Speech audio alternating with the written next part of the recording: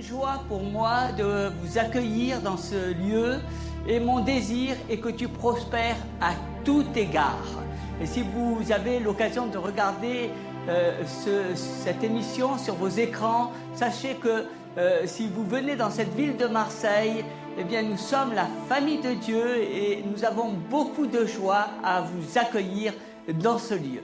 Nous pouvons proclamer « À toi notre Dieu soit l'honneur, la force, la puissance et la gloire, d'âge en âge et d'éternité en éternité, au siècle des siècles. Amen. À toi notre Dieu soit l'honneur, la force, la puissance et la gloire, d'âge en âge et d'éternité en éternité, au siècle des siècles. Amen. Saint, Saint, Saint est l'Éternel des armées. Toute la terre est remplie de sa gloire. Saint, Saint, Saint est l'Éternel des armées. Toute la terre est remplie de sa gloire. Saint, Saint, Saint est l'Éternel des armées. Toute la terre est remplie de sa gloire. Alléluia. Je voudrais vous parler aujourd'hui de ne pas vivre sous la condamnation. Beaucoup de gens ont le sentiment d'être mauvais au fond d'eux-mêmes. La raison de cela est qu'ils écoutent cette voix qui les accuse, cette voix accusatrice. L'ennemi de nos âmes voudrait que nous ne vivions pas sous la grâce, mais que nous vivions sous cette voix de l'accusation.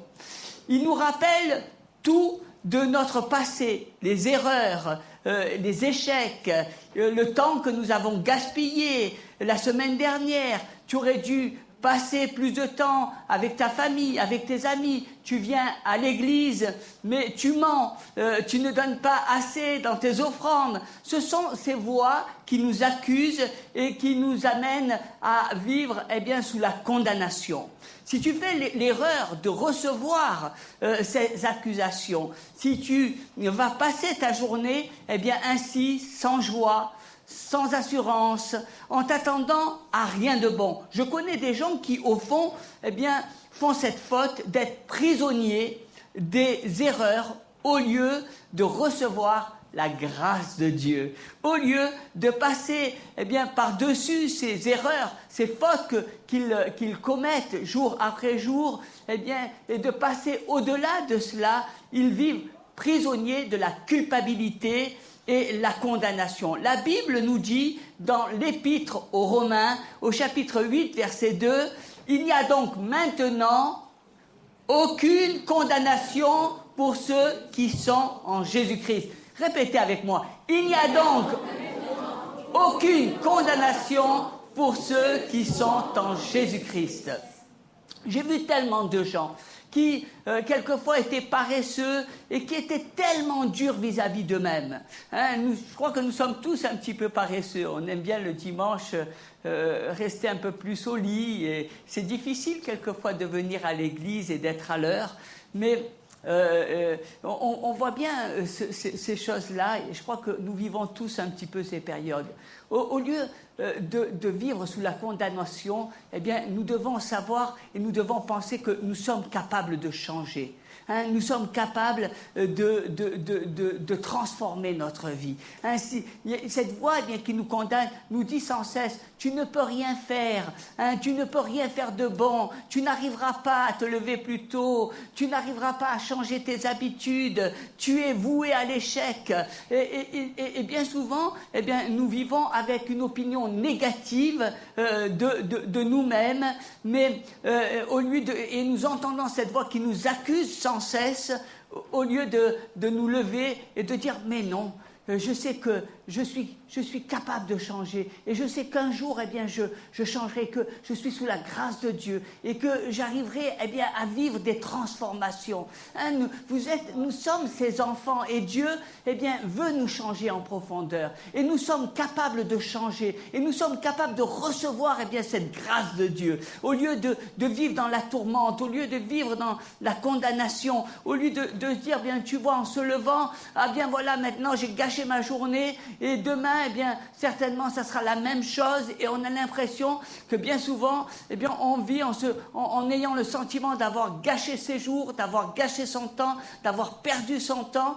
Et on vit sous la culpabilité. On vit et on entend la voix qui nous condamne. Combien je voudrais vous dire que Jésus est venu pour vous encourager. Il n'est pas venu pour vous décourager. Il n'est pas venu pour vous dire vous êtes des bons à rien, vous êtes des incapables, je ne pourrai rien faire de toi. Au contraire, il a eu tellement d'estime pour chacun de nous qu'il nous considère comme ses enfants, comme la prunelle de ses yeux.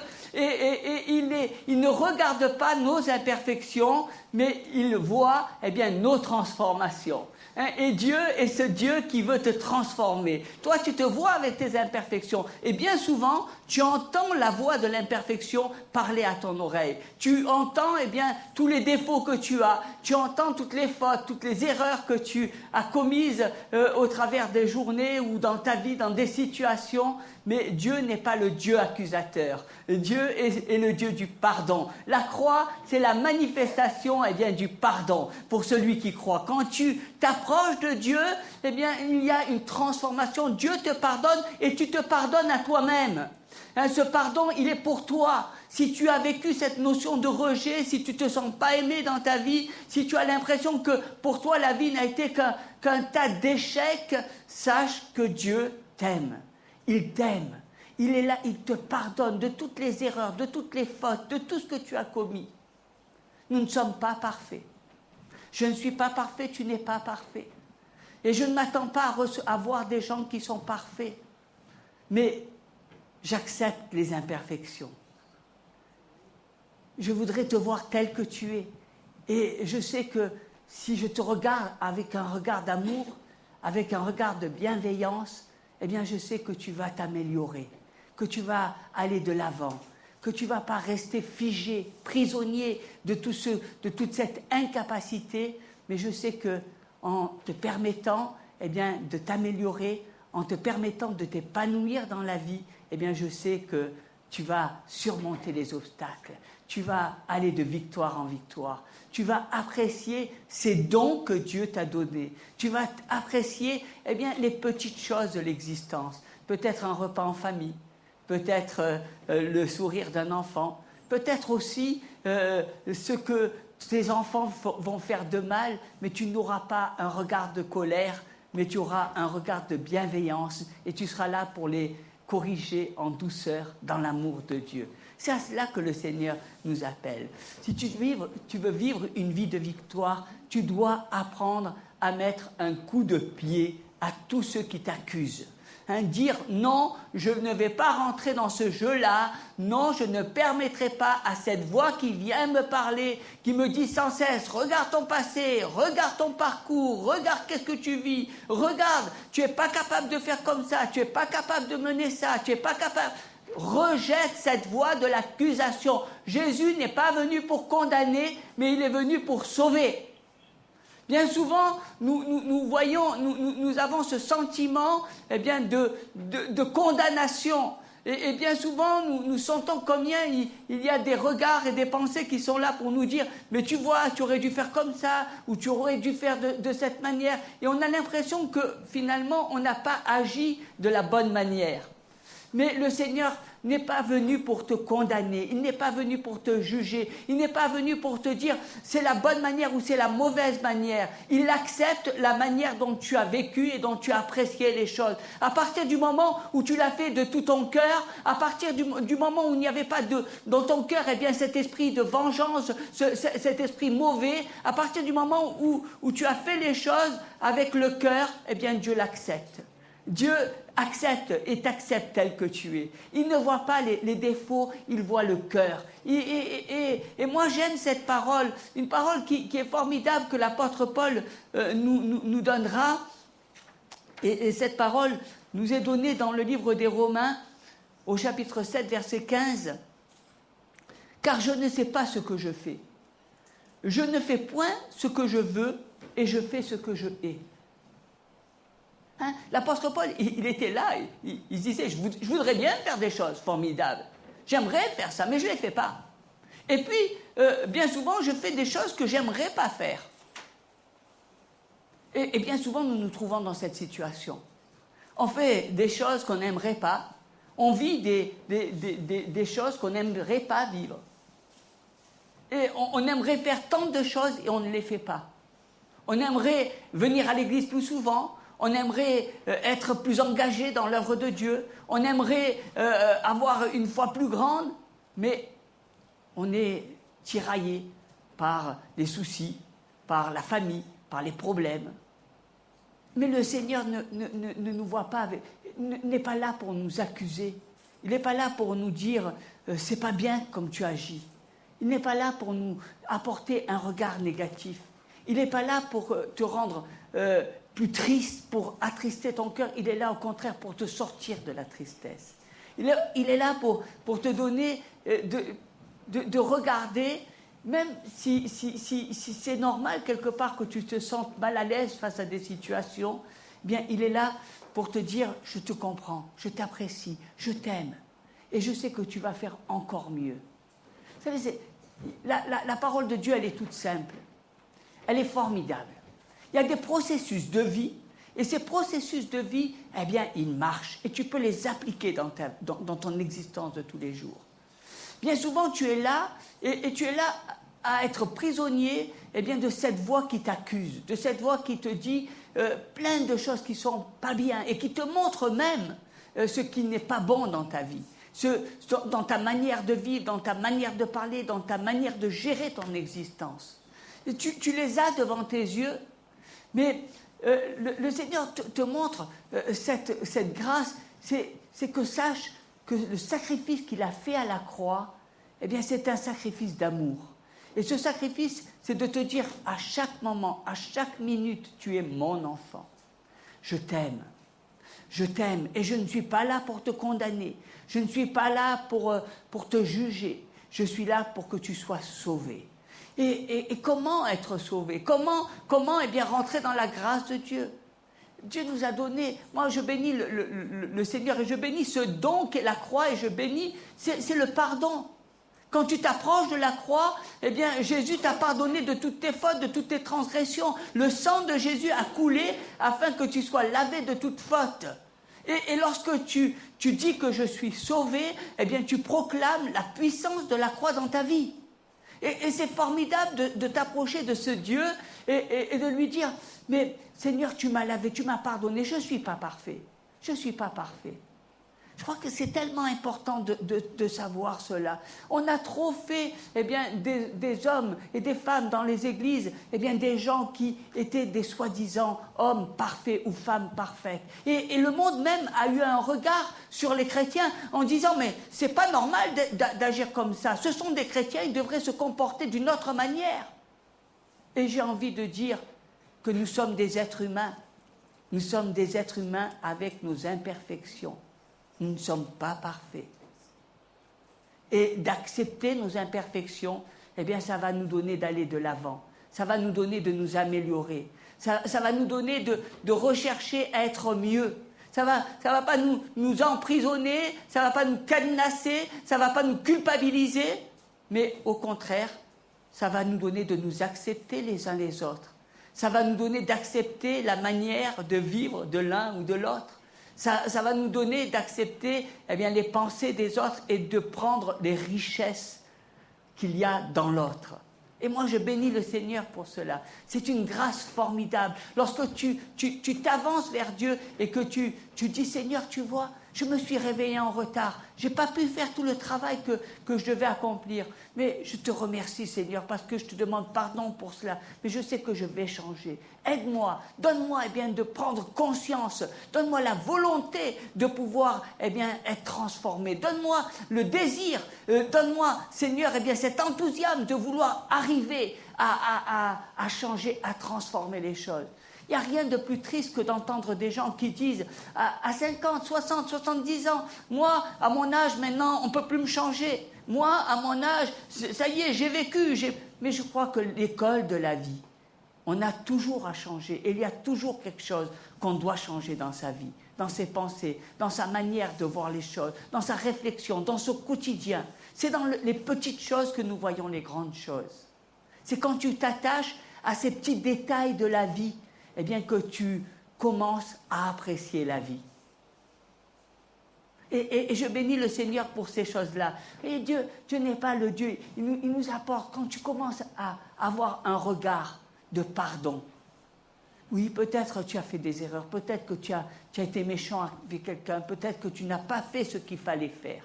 Peut-être que tu as été odieuse avec des personnes. Peut-être que tu n'as pas su apprécier cette personne à sa juste valeur. Mais Dieu t'a donné de pouvoir t'approcher de lui et de ne pas te condamner, de te pardonner et de recevoir cette grâce de Dieu. Cette grâce. La grâce, c'est quelque chose de formidable.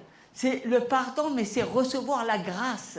Cette grâce, eh bien, qui nous donne de savoir que jour après jour, nous avons un avocat auprès du Père qui n'est pas là pour nous condamner, qui n'est pas là pour voir nos défauts, mais qui est là, eh bien, pour nous apprécier tels que nous sommes. Ce qui a été accompli par Jésus. Lui seul pouvait aller à la croix, lui seul pouvait mourir pour chacun de nous.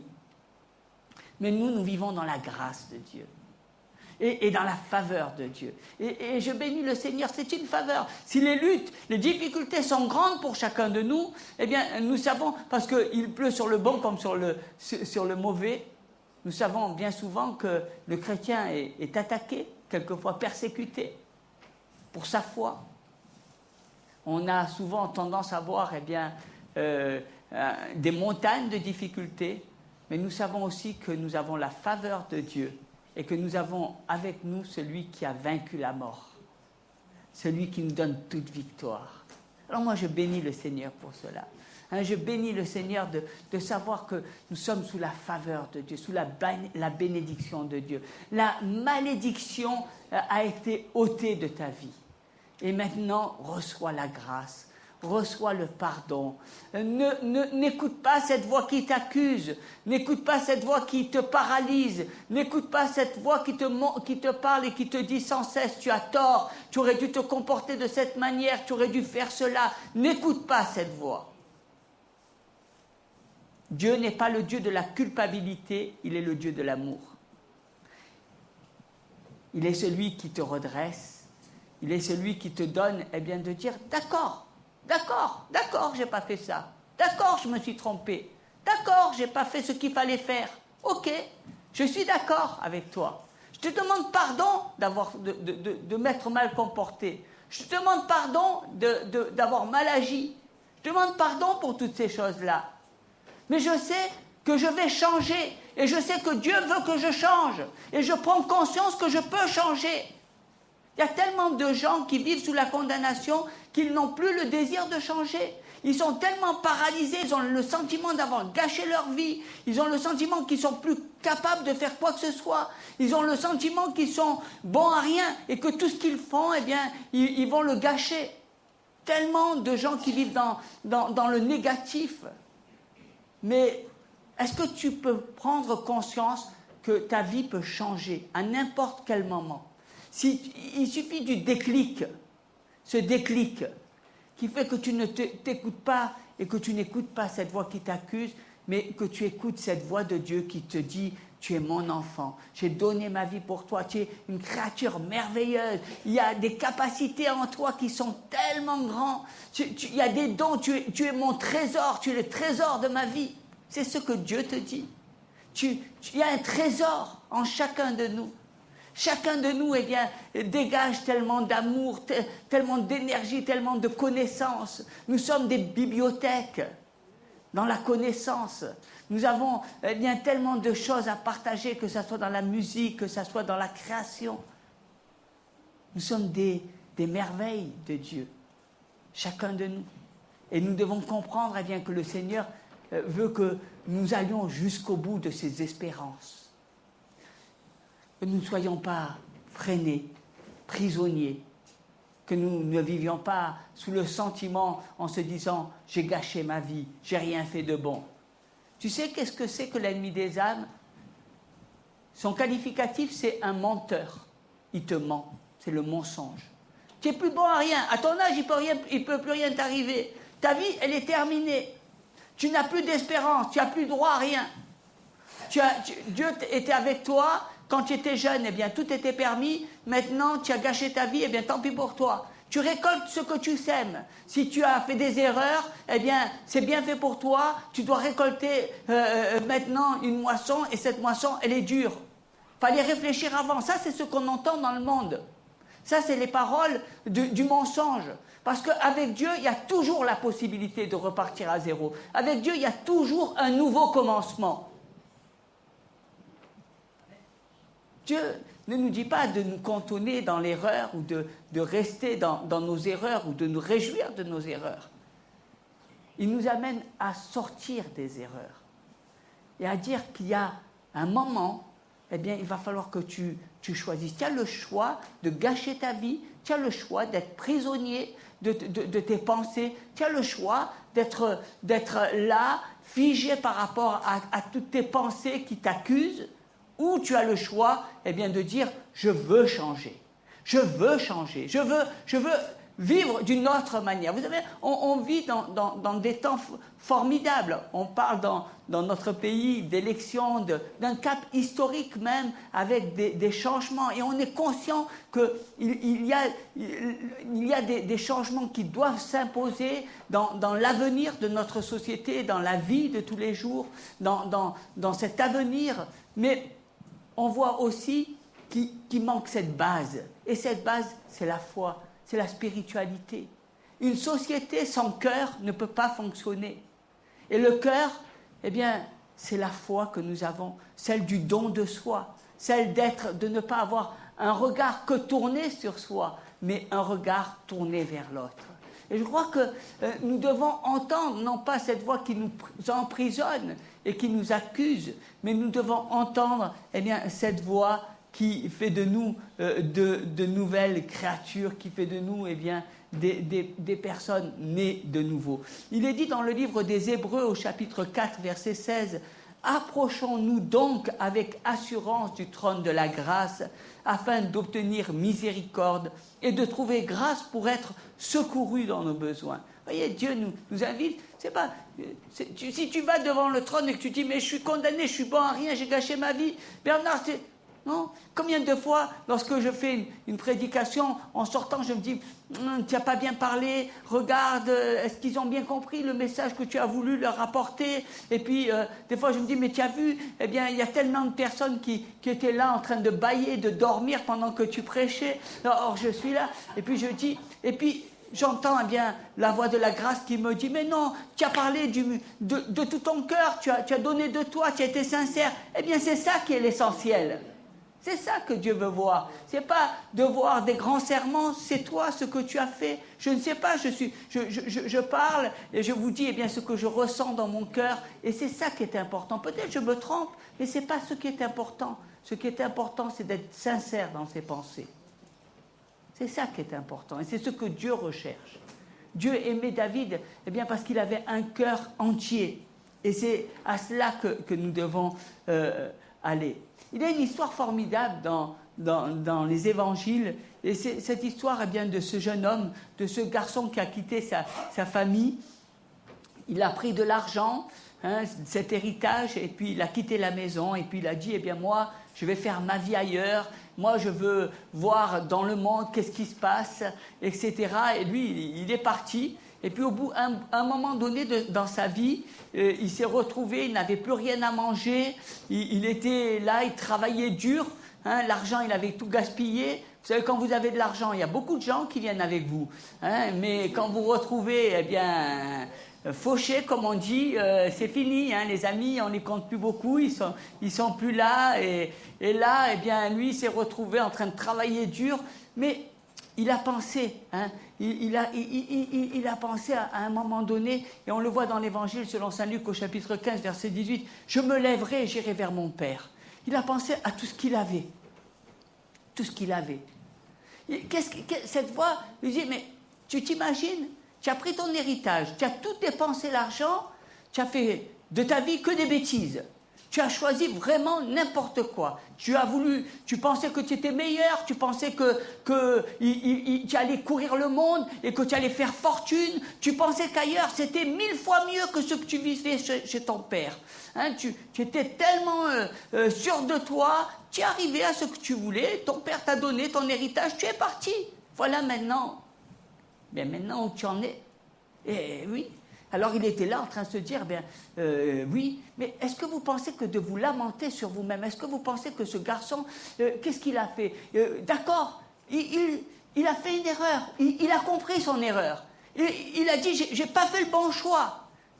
L'expérience de la vie me montre même que ce que j'ai vécu, c'est pas bon. Il s'est lamenté, il a dit, ça y est, ma vie elle est foutue, allez maintenant je vais me mettre une balle dans la tête et c'est fini. Ou alors, je ne sais plus quoi faire, ou je vais me vendre. Non. Il a dit, je retournerai, j'irai voir mon père. Je vais retourner en arrière. Et il est retourné, hein. Il a pris son courage. Il n'est pas resté figé sous la condamnation. Il n'est pas resté bloqué, prisonnier de la condamnation. Il est retourné vers le Père.